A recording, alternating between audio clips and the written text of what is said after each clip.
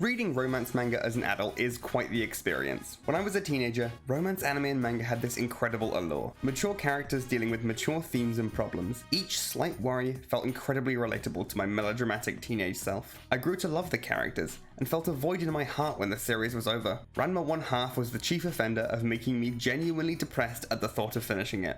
In fact, I never did finish it. But now, over a decade later, those same anime come across differently. Like, way differently. Sometimes I find it incredibly difficult to sit through the angsty, misunderstanding-ridden tales of teenage romance. So, I look to the much smaller subgenre, adult romance. Recently, we've been watching shows like Wotakoi, I Can't Understand What My Husband Is Saying, Ice Guy and His Cool Female Colleague, and Genshiken. All capture elements of adult romance. Some more than others, but today, I want to talk about the masterful Telework Yotabanashi. Oh, and spoilers, by the way.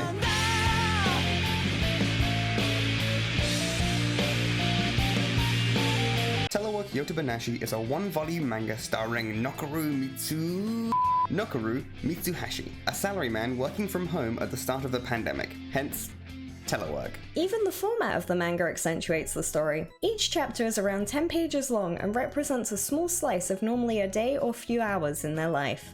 There is obvious time between these chapters, but it's pretty achronological, and exists as a series of floating events that very much emulates that mush of days being stuck inside during the pandemic had. Working from home allows him just enough free time from his overworked life at a black company to think. In Japanese working culture, a black company is a company with an overly exploitative working culture, including excessive overtime, harassment from superiors, and labor standard violations. During this brief respite from his working life, he starts unpacking his childhood manga collection, left abandoned by his hectic lifestyle. He then buys a proper desk and bookshelf. There are lots of small details that make the manga feel so down to earth in the loveliest way. I was able to pick out multiple pieces of furniture in the panels that I recognized from when I also had to get a new desk and looked for new furniture over lockdown. This created such a fondness for me that I spent several minutes tracking down the exact style of desk online. I also think it's cute me and the mangaka were drawn to the same style of furniture. It creates a connection beyond anything on the page. Most importantly, he decorates his balcony like his own little Angkor Wat style Garden of Eden. That is where he meets his neighbor, Natsu Izumi, and the story truly begins. The manga sets out from the start that this is how he met his wife. The promise of marriage immediately removing the potential for a lot of the usual romance drama of will they, won't they? This is to its benefit as there's little threat. We the audience know it'll be okay in the end. No matter the drama or mess-ups, they're going to get married. Having two adult characters is lovely to see. Adult romances function so differently to teenage ones. Just simply, the priorities are different. Both leads have obligations and responsibilities more familiar to me now. Nokoru is hellishly overworked and Natsu is busy with her post-grad work. Days, weeks, or even months go by without them seeing each other as a result of their busy schedules. But the small interactions like the hellos on the balcony and the conversations at the local convenience store build the relationship slowly and naturally. I'm sure some people meet and there's just a spark instantly, and it's all amazing like in shoujo manga, but I reckon most people tend to slowly become friends before realizing, oh shit, I'm in love with this person. That is exactly how this romance feels.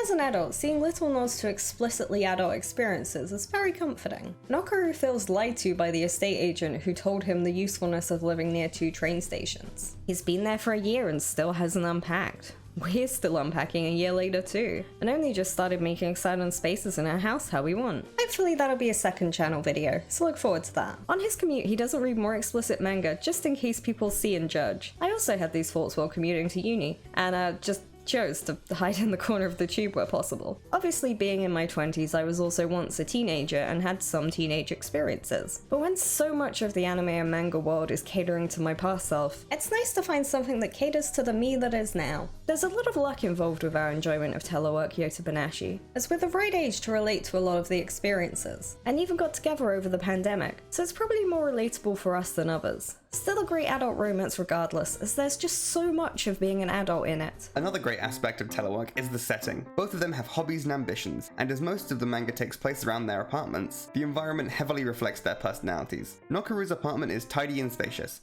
comfy but professional. The most standout features are his collection of adventure manga, representing his desire to flee the confines of his mundane life and escape from the modern world. The balcony is plastered with ivy and other plants, allowing him to experience a small taste of freedom. He even buys new new bits and bobs for his apartment, like this lantern that he bought because he thought it was cool and it was on sale. Small details like this really humanize the characters. Contrasting that, we have Natsu's apartment, rammed full of books and trinkets. Her personality is on full display. Unlike Nokoru, she's living her dream and wants to be surrounded by her passions. She has a bunk bed so that she can store even more things into her tiny apartment. I absolutely love when a character's environment represents them. This is often in the form of their room, but one benefit of this being an adult romance is that it's their whole house. Some other great examples of this are Bonoji and Dress Up Darling.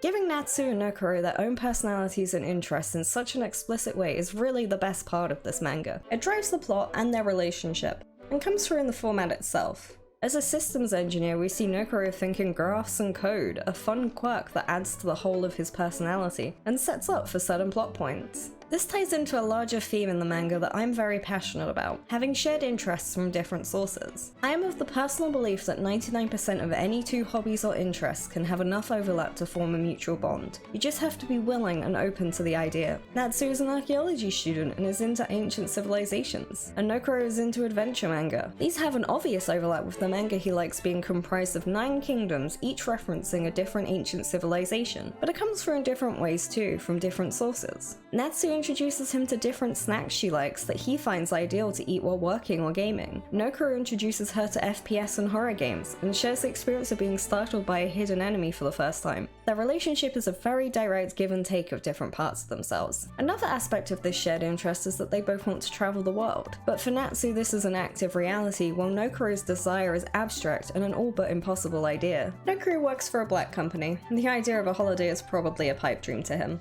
The manga does a fantastic job letting the two interact in small down-to-life ways, whether that be talking about hobbies, complaining about work, or simply adding each other on Discord. One moment that I particularly love is when the two are having a small hot pot on his very well-dressed balcony. She muses about her love of archaeology, before asking Nokoru about the inspiration for the theming. Embarrassed that it's from a manga he loves, he makes up some bullshit about it lowering the temperature of the apartment, but she sees through this immediately and reinforces his interests, leading to this incredibly sweet interaction.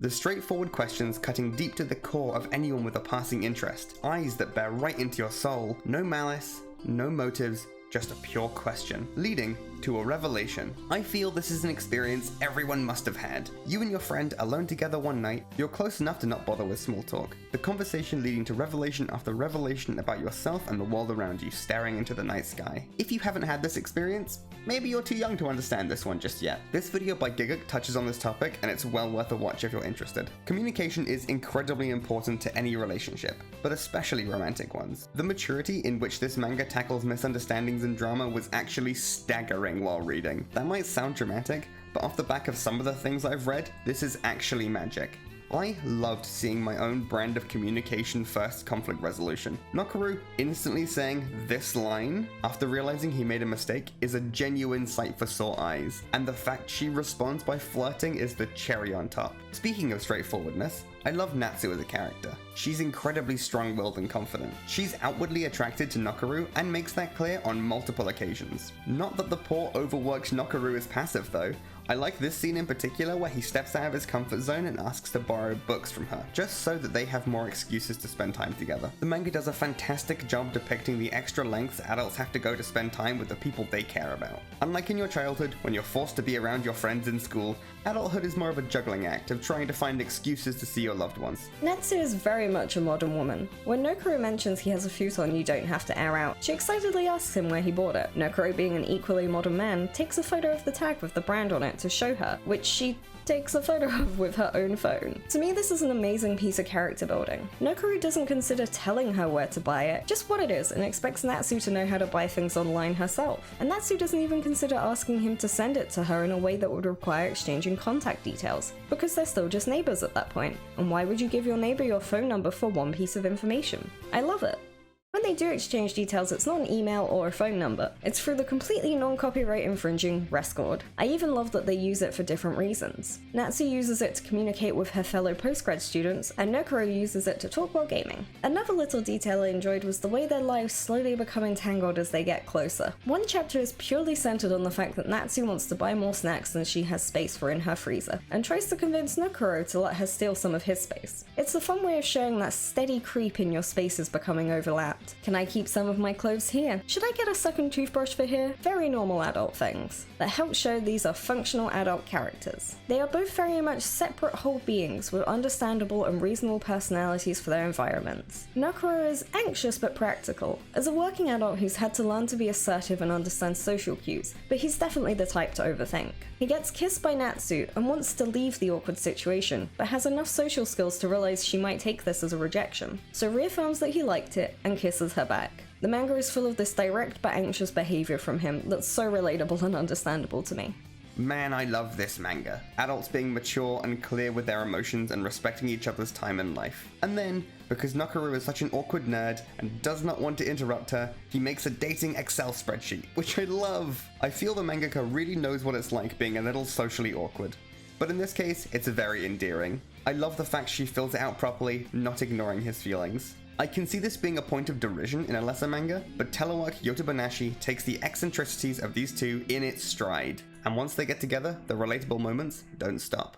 Natsu attends a conference and turns up at his door dressed up and wearing makeup that covers her usual freckles. Nokoro finds her beautiful. She later leaves and he knocks on her door and finds her in loungewear, ready for bed, and finds her beautiful. I appreciate this realism. Part of loving someone is loving seeing them in new situations and experiences. It's also new and exciting to get to know someone completely. The manga doesn't shy away from sex as a topic, but it doesn't depict the actual acts of sex, which makes sense considering it is first and foremost a romance manga. We aren't given an idea of if our two characters have had much sexual experience before, but they react realistically as adults with sexual desires. It's all very normal and reasonable. The first time Nokoro has Natsu over in a way that might have her staying the night, he orders condoms. A reasonable and rational decision. Unfortunately, they're out of stock, which leads to a fun interaction where they openly discuss the situation. It even ends with Natsu being the one to go out and buy them from a local shop, because Nokoro is unfit to go out. The whole exchange is just so reasonable and sweet. This is something they both want, so the responsibility to have sex safely also becomes shared. There's embarrassment, but not negativity. It's very nice to see because sex is awkward, but it isn't wrong to want and to have. At the end of the manga, we finally get the closure for them getting married, and it's surprisingly practical. Earlier in the manga, Nokoro calls Natsu's university in a fit of anxiety and was told he couldn't get any information on her because he wasn't family. This causes him to have a full-on downward spiral and doubt the security of their relationship and think about just how tenuous their connection actually is. This is actually very reasonable as he's been worrying for weeks until now about if she's dead or off having fun without him on her trip. He eventually rationalizes this and assumes it's probably something more normal, but he at least hopes she'll come back to him and tell him about her trip. Recently, while watching a video about an onigiri shop in Japan, I heard the statistic that 33.6% of Japanese workers don't know how much holiday leave they have. This cemented a part of Nokoro's life and reason behind his seemingly extreme response when he finally is able to talk to her, to all but quit his job and fly out to meet Natsu in a foreign country, which was initially quite a large jump to me. But when something feels impossible and out of reach, an extreme reaction seems just as reasonable. If you're going to live and die by this company with no end in sight, why not drop everything and run across the world to the one thing that has made an impact in your life? Add to that experience a pandemic and 1,000 types of stress and change. Yeah, I get it. After he flies to meet her, he quits his job and starts working in a white company that allows him to take holiday and allows a healthier work-life balance in general. He then uses this newfound freedom to go on excursions with Natsu. Then we see how all the previous chapters tie into their marriage. I think it's best here to quote directly, "So that neither of us would be an unrelated party should something happen during our travels. So that we could rush to the other's side to help them.